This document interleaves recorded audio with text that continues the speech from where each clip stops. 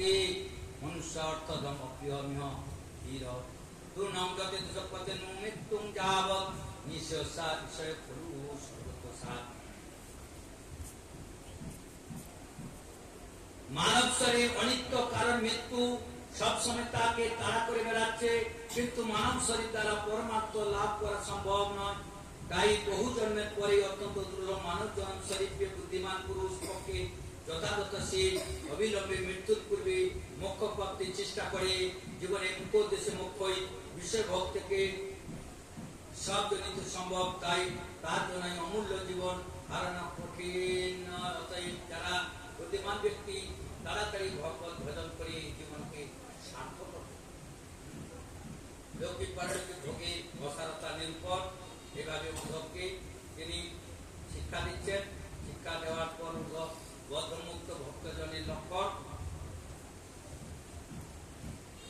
সাধু সঙ্গের মহিমা কর্মের কর্ম থেকে বিধি সাধু সঙ্গে কৃষ্ণা এই মাত্র চাই। সাধু সঙ্গে করলে ভগবান প্রীত হয় আর তার পাপ দূরে যায় আর ভগবত ভক্তি তার হৃদয়ে বাসা বাঁধে।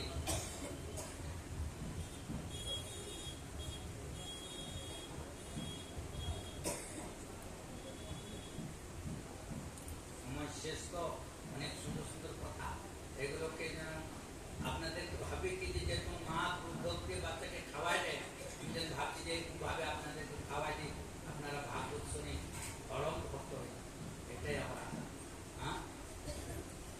সে উদ্ধবকে কৃষ্ণ এত সুন্দর করে বুঝায় তাকে কেদারপতি পাঠালেন।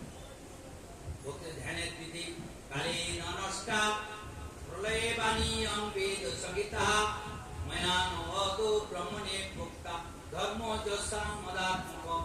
এই ধর্ম কালের প্রভাবে আর নষ্ট হয়ে গেছে, আবার তিনি নিত্য নূতন সনাতন ধর্ম তিনি ভগবান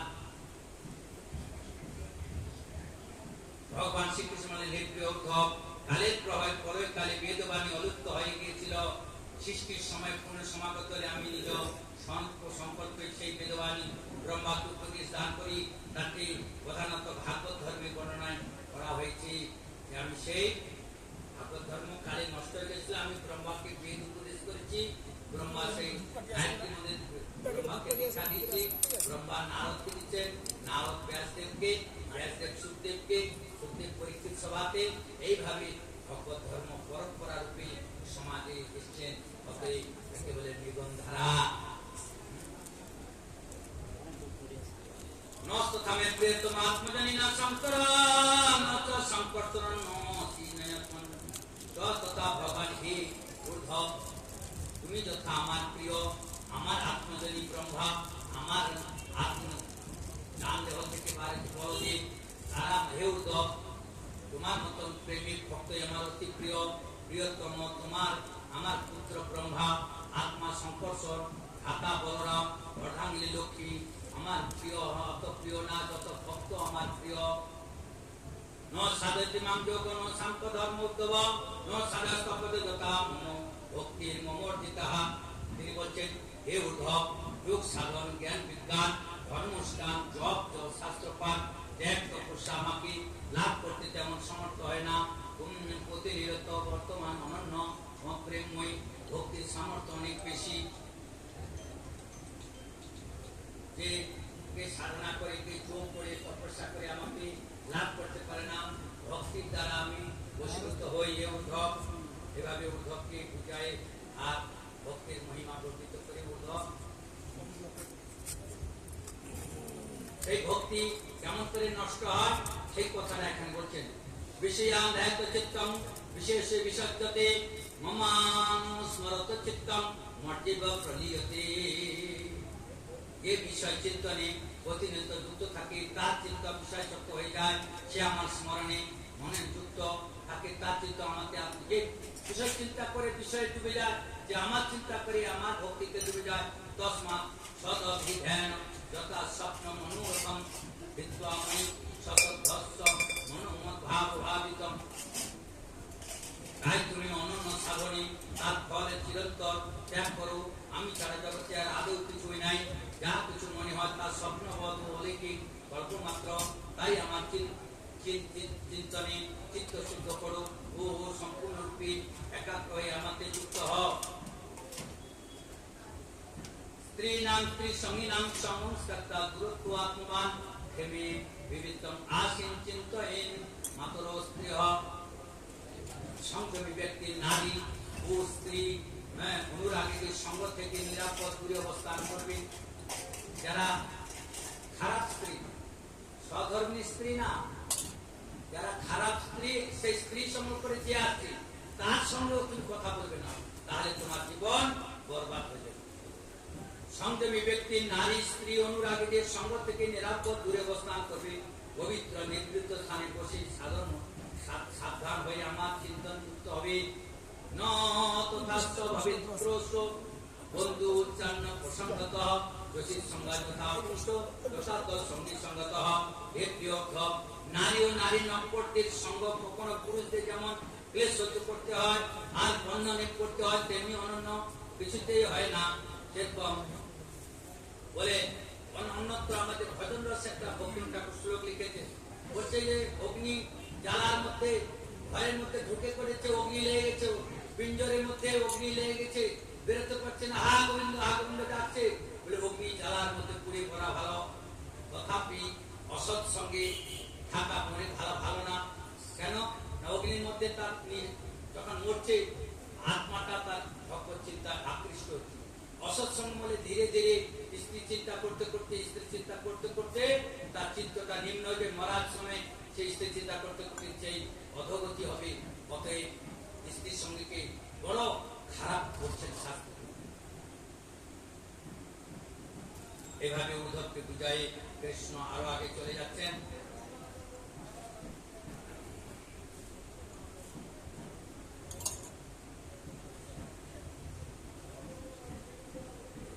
ভগবানের বিভূতি বর্ণনা বহু কথা আছে। বর্ণাশ্রম ধর্ম নিরূপণ, এই যে চারটি আশ্রম কেমন করতে, গৃহাশ্রম জগন্নাথ ব্রহ্মচর্য এইরকম বক্ষস্থলা গণেশ বাস সন্ন্যাস স্থিত 10টা বেজে গেছে। ভগবানের কথা বলতে তো আনন্দ হয়, আবার আমাকে তারা আছে 8 ঘন্টা যেতে হবে, ওখানে আবার যজ্ঞ আছে। আমি আগে 10 জন চলে গেছে সকালে, আমি যে না গেলে সব বসে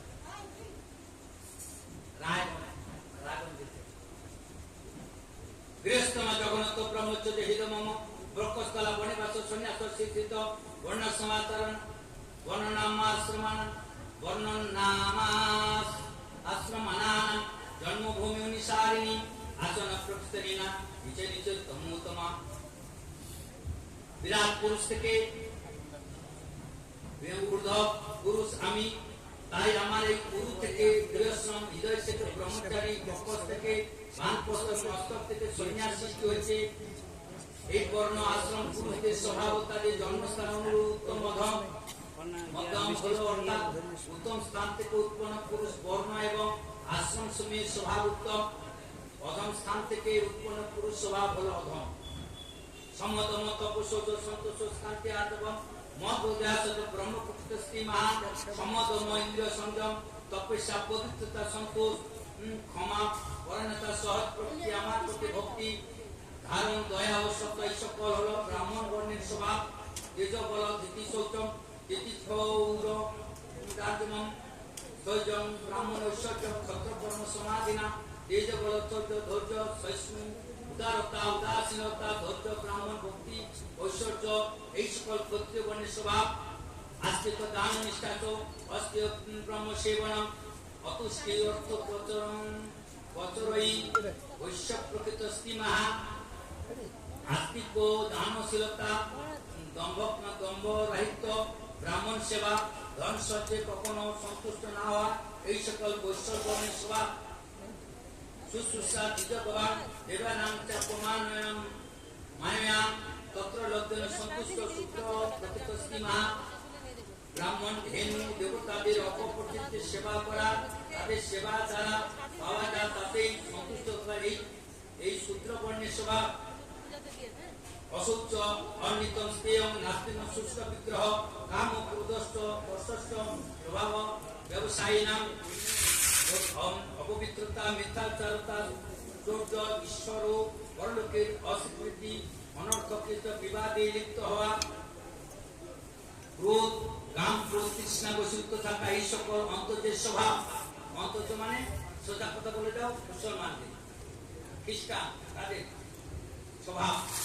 অহিংসা, সত্য, অস্তেয়, অকাম, ক্রোধ, লোভতা, ভূত, প্রিয়, হিতেহাত, ধর্ময়ম, সার্ববণিকা, হে উদ্ধব, চতুর্বিধ বর্ণ আশ্রম ধর্মের জন্য সাধারণ এইরূপ মন, প্রাণী, শরীর দ্বারা হিংসা না করা, সত্য, অধিষ্ঠাতা থাকা, চৌর্য, রাহিত্য, কাম, ক্রোধ, লোভ থেকে বিরত থাকা, যে কার্যের সঙ্গে সমস্ত প্রাণীকুলের প্রসন্নতা, তাদের মঙ্গল হয় তাই করা।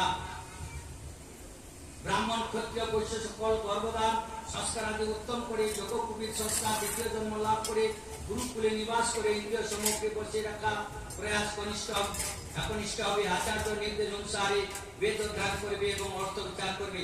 মেখলা, লিঙ্গ, চর্ম, অনুসারে দণ্ড, রুদ্রাক্ষ মালা, যোগকুবির, কমণ্ডলু ধারণ, মস্তক জটা শোভিত হয়ে সৌন্দর্য বৃদ্ধির জন্য দন্ত বস্ত্র ধোয়া থেকে বিরত থাকবেন। বারংবাদী আসন ব্যবহার করবেন, কুশ ধারণ করবেন। স্নান, আন, জপ, মূল মলমূত্র ত্যাগ করে মৌন থাকবেন। কক্ষ, গুপ্তেন্দ্রিয়, কেশ, নখ ছেদন করবে না কখনো। ব্রহ্মচর্য, আশ্রম সন্ন্যাসী কেমন থাকবে? আচার্য নাম বিজানান অন্যতে কহেছি নমর্ত বিদ্যা সর্বদেবময় গুরু। আচার্যকে আমার স্বরূপ জ্ঞান করবে, কখনো তাকে তিরস্কার করবে না। তাকে সাধারণ মানব জ্ঞানে দোষ সৃষ্টি রাখা অনুচিত, কারণ তিনি সর্বদেবময় হয়ে থাকে। সায়ংকালে, প্রাতঃকালে, দুবেলায় ভিক্ষালব্ধ বস্তু সকল গুরুদেবকে অর্পণ করা উচিত। কেবল খাদ্য বস্তু নয়, সবকিছুই অর্পণ করবে। তারপর তাকে আকানুসারে অতি সংযম সহকারে ভিক্ষালব্ধ বস্তু ব্যবহার করা উচিত।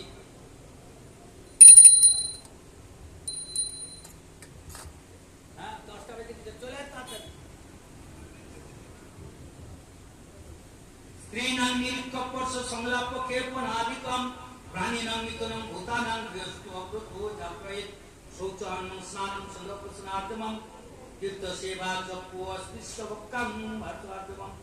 বলছেন যে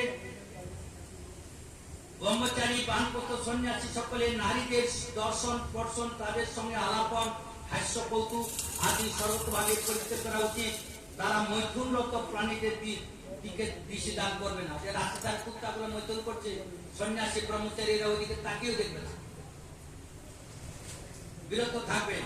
হে প্রিয় উদ্ধব, শৌচ, আচমন, স্নান, সন্ধ্যা, উপাসনা, সরলতা, ধারণ, তীর্থ সেবা, জপ, জগতের প্রাণীদের মধ্যে আমাকে দেখা, মন, বাণী, শরীর সমূহে সংযম রাখা ইস্কল নিয়ম ব্রহ্মচারী, গৃহস্থী, বামপতি, সন্ন্যাসী সমভাবে প্রযোজ্য।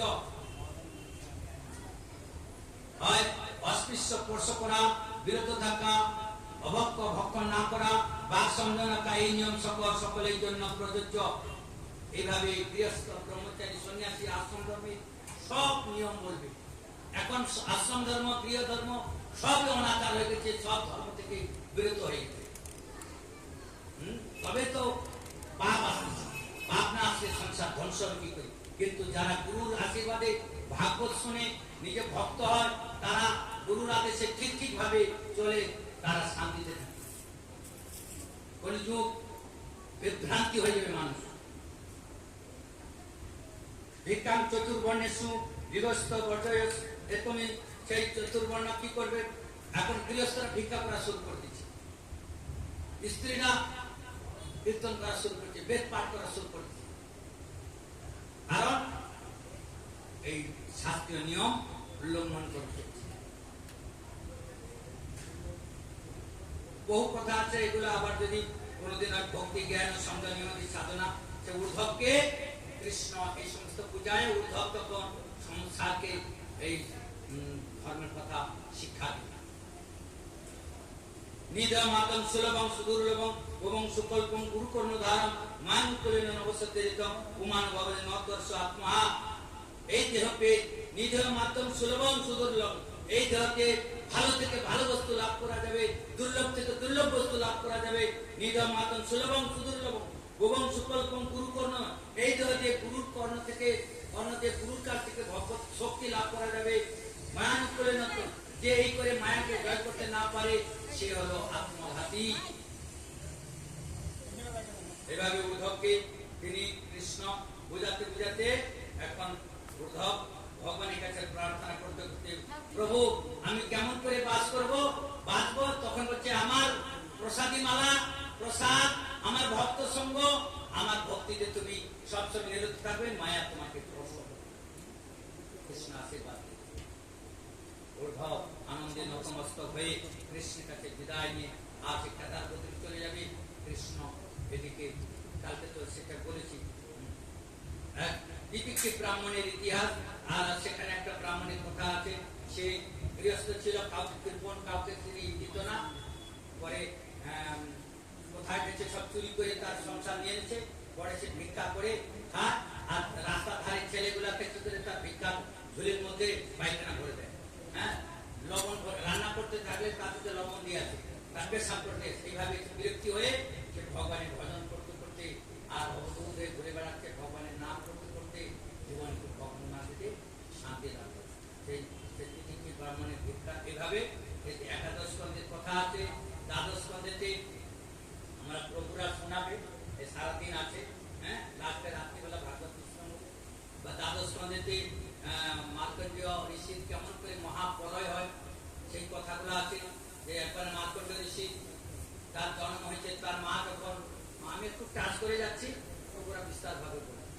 সেই মার্কণ্ডেয় ঋষি জন্ম নিল, তার মা তাকে বিচার করলো, তোর আয়ু কত? বলে 7 বছর।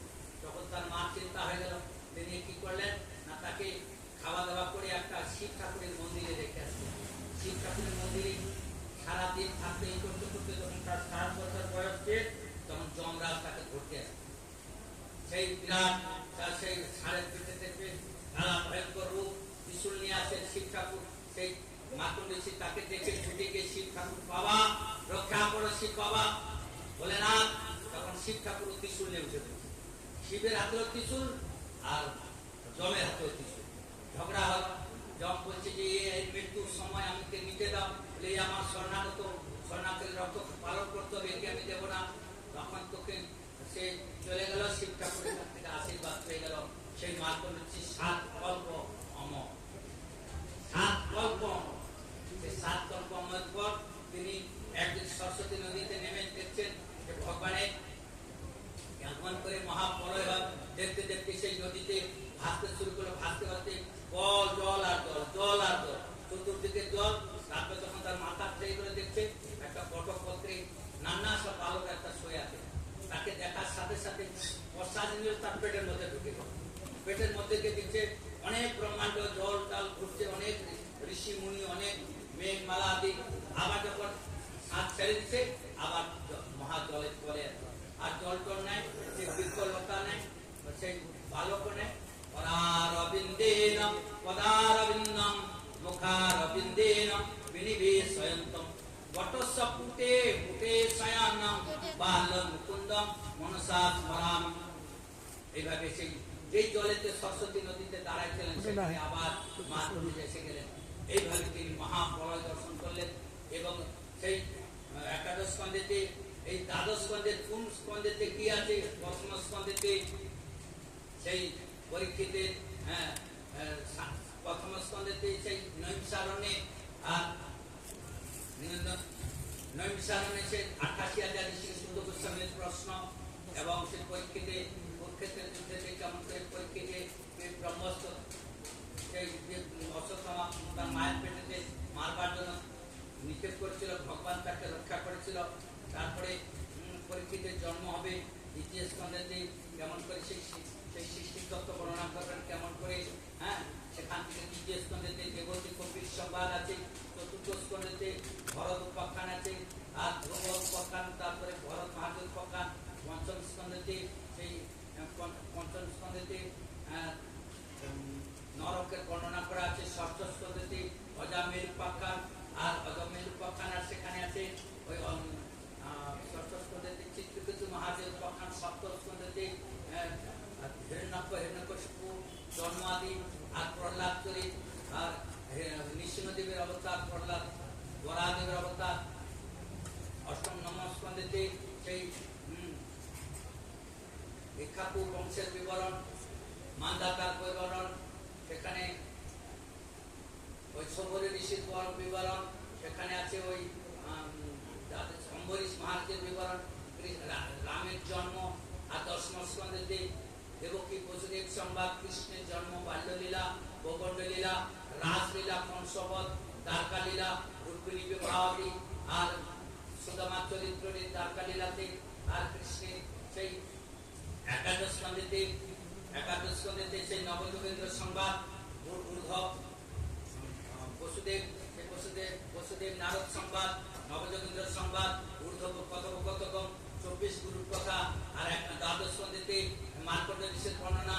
আর কলির কি দশা হবে, কলিযুগের মানুষ, ব্রাহ্মণরা স্ত্রী বিক্রি করবে, কন্যা বিক্রি করবে, স্ত্রীরা চুলের পাহাড় দেখায় যৌবন বিক্রি করে খাবে, আর বৃক্ষ ফল দেবে না, গাভীর দুগ্ধ দেবে না, সাধুরা ব্যবসা করবে, নাম নিয়ে ভাগবত ব্যবসা করবে, এইভাবে অনাচার সংসারে, আর সংসারে অনুসারে সারা সংসার। শুধু কলির একটা মহান ধর্ম না, কলিযুগে একমাত্র কীর্তনের দ্বারা ভগবানকে লাভ করা যাবে। কলিযুগের শত দোষের মধ্যে এইটাই হলো সর্বশ্রেষ্ঠ গুণ। তাই কলিকে সেই কলিকে যখন নিগ্রহ করে 5টা স্থান দিয়ে দিয়েছিল, দুধম পানম নিশ্চয় শোনা। অতএব যে দুধ খেলা থেকে, জুয়া পাশা থেকে দূরে থাকবেন, আর দুধম পানম নেশা, মদ, পান, বিড়ি, সিগারেট, আফিং, গাঁজা, চা, চুরুট, যত রকম নেশা আছে, নেশা থেকে দূরে থাকবে। দুধম পানে স্ত্রীয়ম, বিবাহিত স্ত্রীরা অসৎ স্ত্রী সঙ্গ করবে না। আর দুধম পানে স্ত্রী সুনাম, জীব হত্যা, ছোট জীব বড় জীব যত জীব আছে তাকে হত্যা করে খায়, এটা হলো বলিস্থান। আর হলো লাস্টে দিলেন মিথ্যা কথা বলে পয়সা রোজগার করা, চুরি করে পয়সা রোজগার করা, মানুষকে ঠকায় পয়সা রোজগার বন্ধ হলো, সেটা হলো বলিস্থান। এই সমস্ত ত্যাগ করে যে ভগবান ভজন করতে পারবে, সেই ভগবানের কৃপায় ভগবান এই সংসারকে জয় করে অমৃত ধামে যাবে। পরীক্ষিত মহারাজ যখন বিকাল 7 দিন পূর্তি হতে যাচ্ছে, বিকাল অল্প বাকি, তখন সেই সুখদেব মহারাজ পরীক্ষিত থেকে বিদায় নিয়ে উত্তর দিকে চলে যাবেন। আর পরীক্ষিত মহারাজ তখন দেখছে, আরে আমি এখন ভগবানের কথা শুনে অমরত্ব লাভ করছি, আর মায়া মমতা সংসারে আমার কিছু নাই, আমি এখন ভগবত স্মরণে যাব, এখন তাড়াতাড়ি আমার মৃত্যু আসুক, আমি মৃত্যুকে জয় করে ভগবানের নাম করব। তখন আর তক্ষক ঋষিমুনির কথাকে শর্ত হোক, কোথায় আছে তক্ষক, তুমি আমার নশ্বর দেহটাকে নাশ করো, মুনি ঋষির বাক্যকে রক্ষা থাক, না হলে সংসারে মুনি ঋষিকে মানবে না। তখন সেই ফুলের মধ্যে থেকে একটা পোকা ছিল, চতুর্দিকে পরীক্ষিতের বেটা জন্মেঞ্জয় চতুর্দিকে চাঙ্গি করে লোক পাহারাতে রাখছে, চাঙ্গির উপরে গঙ্গার গায়ে পরীক্ষিত উপবেশন আছে। তক্ষক কেমন করে আসবে? তক্ষক কি গেলেন, সেই ভক্তরা ফুল দিচ্ছে, ফল দিচ্ছে, আর ফুলের মধ্যে পোকা হয়ে ঢুকে গেলেন। আর পরীক্ষিতের হাতে দিচ্ছেন ভেদ, পরীক্ষিত হাত ধরে বসে আছেন, আর সে দেখছেন যে হাতের মধ্যে সে ফুল থেকে একটা